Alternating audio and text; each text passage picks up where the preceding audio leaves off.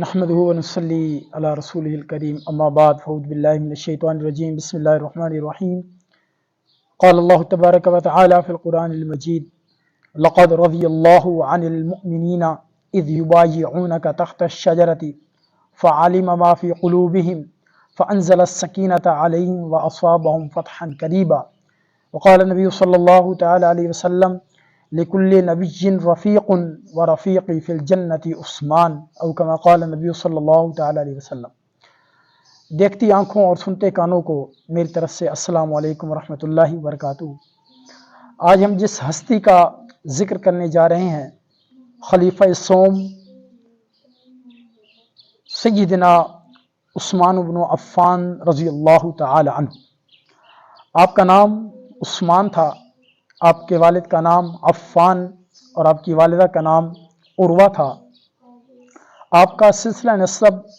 5ویں پشت میں نبی کریم صلی اللہ تعالی علیہ وسلم سے جا ملتا ہے۔ آپ نبی کریم صلی اللہ تعالی علیہ وسلم کے دوہرے داماد تھے۔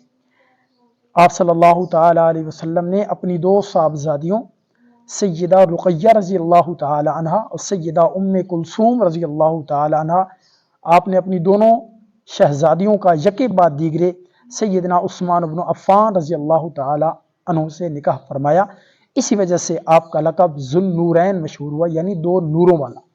اور آپ کو ذوالہجرتین بھی کہتے ہیں، یعنی آپ نے اسلام کے لیے 2 مرتبہ ہجرت فرمائی۔ ایک مرتبہ آپ نے حضرت رقیہ رضی اللہ تعالیٰ عنہ کے ساتھ حبشہ کی طرف ہجرت فرمائی، اور دوسری مرتبہ آپ نے مدینہ المنورہ کی طرف ہجرت فرمائی۔ اس وجہ سے آپ کو ذوالہجرتین بھی کہا جاتا ہے۔ سیدنا عثمان بن عفان رضی اللہ تعالیٰ عنہ بہت ہی باکمال اور باحیا شخصیت تھے، جن کے بارے میں اللہ کے نبی صلی اللہ تعالیٰ علیہ وسلم نے ارشاد فرمایا تھا وَأَصْدَقُهُمْ حَيَاءً عثمان،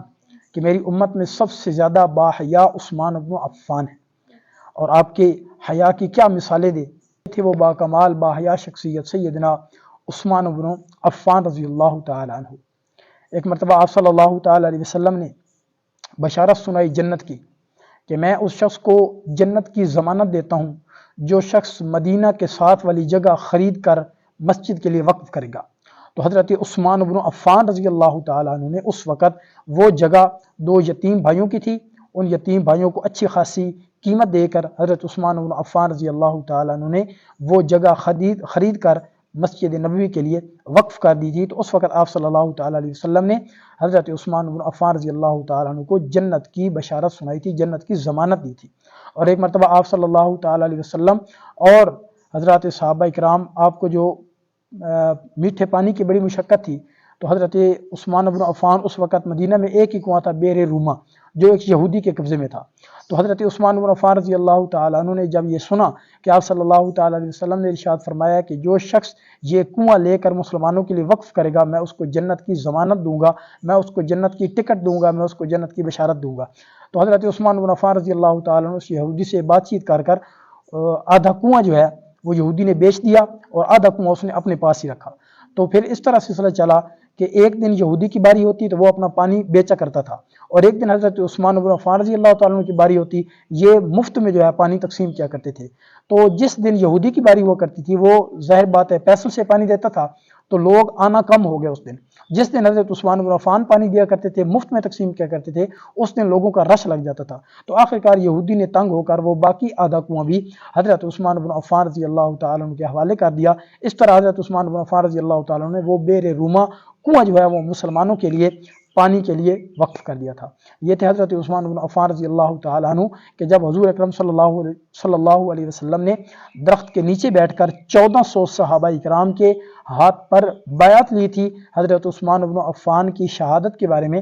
تو اس وقت اللہ کے نبی صلی اللہ تعالیٰ علیہ وسلم نے اپنا ایک ہاتھ لیا اور دوسرا ہاتھ فرمایا کہ یہ عثمان کا ہاتھ ہے، تو آپ نے اس طرح اپنے ہاتھ پر ہاتھ مارا اور فرمایا یہ عثمان کا ہاتھ ہے، اور پھر 1400 صحابہ اکرام نے آپ صلی اللہ تعالیٰ علیہ وسلم کے ہاتھ پر بیعت کی تھی۔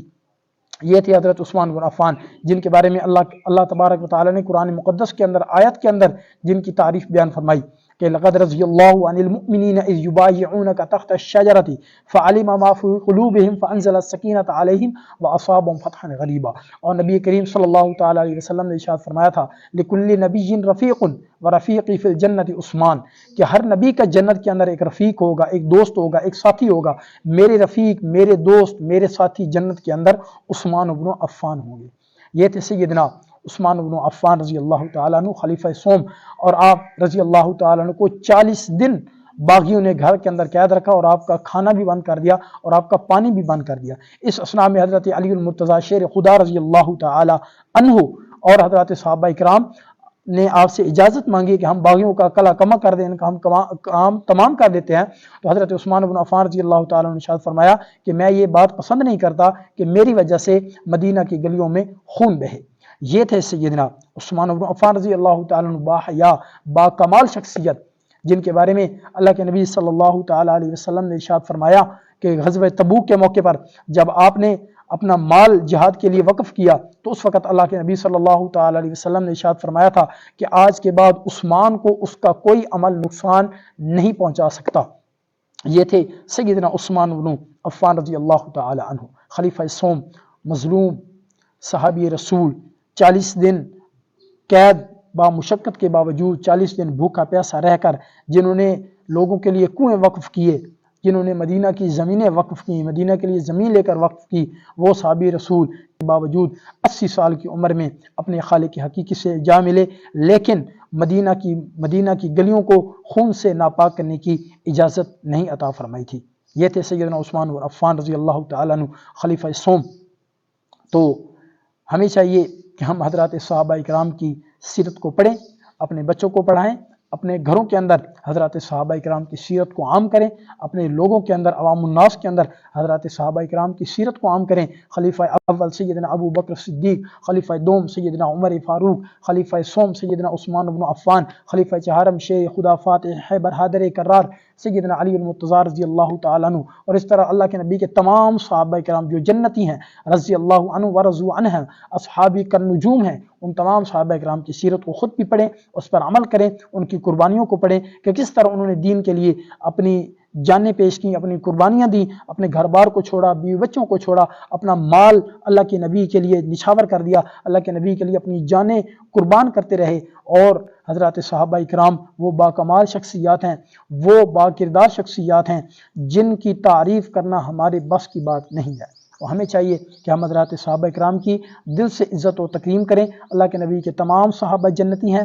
تمام صحابہ پاک ہیں، تمام صحابہ پاکیزہ ہیں۔ کسی کے بارے میں بھی، کسی ایک کے بارے میں بھی اگر انسان کے دل کے اندر بغض ہے، نفرت ہے، حسد ہے، کینہ ہے، تو یقین جانے اس کا وہ دل ناپاک ہے، اس کی زبان ناپاک ہے، اس کا جسم ناپاک ہے، اس کا وجود ناپاک ہے۔ اللہ پاک سے دعا ہے کہ اللہ تبارک و تعالی ہمیں حضرات صحابہ کرام کی سچی عقیدت اور محبت نصیب فرمائے۔ وآخر دعوانا الحمدللہ رب العالمین۔